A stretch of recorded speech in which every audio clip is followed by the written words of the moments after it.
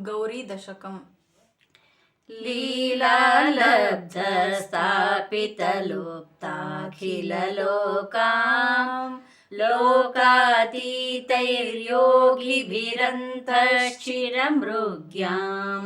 बालादित्यश्रेणिसमानद्युतिपुञ्जां गौरीमम्बामम्बुरुहाक्षि महमीडे गौरीमम्बामम्बुरुहाक्षि महमीडे प्रत्याहार ध्यान समाधि स्थितिभाजां नित्यं चित्ते निवृत्तिकाष्ठां कलयन्तीं सत्यज्ञानानन्दमयीं तां तनुरूपां गौरीमम्बामम्बुरुहाक्षि महमीडे गौरीमम्बामम्बुरुहाक्षि महमीडे चन्द्रापीडानन्दितमन्दस्मितवक्त्रां चन्द्रापीडालङ्कृतनीलालकभाराम् इन्द्रोपेन्द्रार्धर्चितपादाम्बुजयुग्मां गौरीमम्बामम्बुरुहाक्षि महमीडे गौरीमम्बामम्बुरुहाक्षि महमीडे आदिक्षान्तमक्षरमूर्त्या विलसन्तीं भूते भूते भूतकदम्ब प्रसवत्रीं शब्दब्रह्मानन्दमयीं तां तटिदाभां गौरीमम्बामम्बुरुहाक्षि महमीडे गौरीमम्बामम्बुरुहाक्षि महमीडे मूलाधारदुस्थितविद्या विरन्ध्रं सौरं चान्द्रं व्याप्य विहारज्वलिताङ्गीं येयं सूक्ष्मात् सूक्ष्मतनुस्तां सुखरूपां गौरीमम्बामम्बुरुहाक्षि महमीडे गौरीमम्बामम्बुरुहाक्षि महमीडे नित्यः शुद्धो निष्कल एको जगदीशः साक्षी यस्यः सर्गविधौ संहरणे च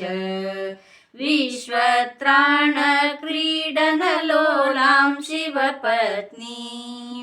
गौरीमम्बामम्बुरुहाक्षि महमीडे गौरीमम्बामम्बुरुहाक्षि महमीडे यस्यः कुक्षौ लीनमखण्डं जगदण्डं भूयो भूयः प्रादुरभूदुत्थितमेव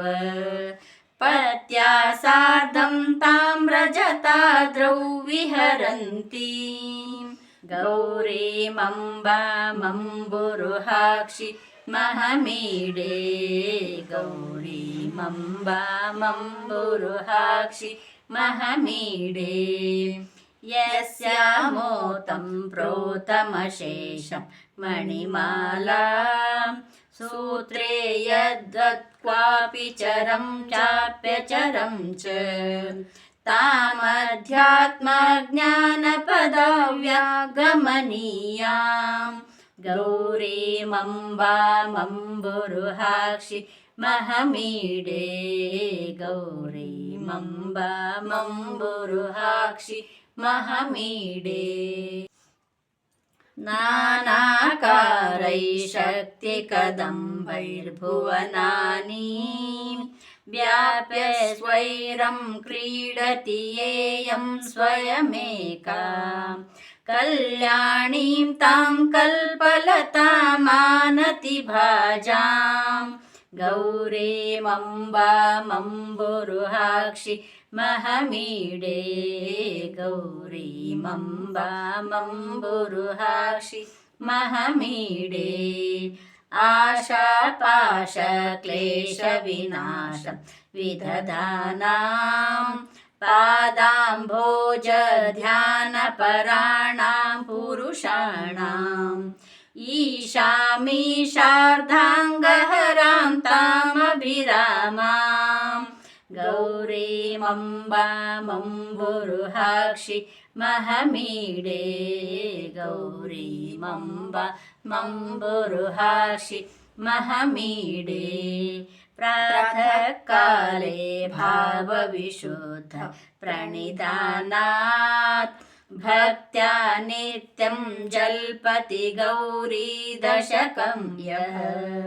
वाचां सिद्धिं सम्पदमग्रां शिवभक्तिं तस्यावश्यं पर्वतपुत्री विदधाति तस्यावश्यं पर्वतपुत्री विदधाति। गौरी चित्र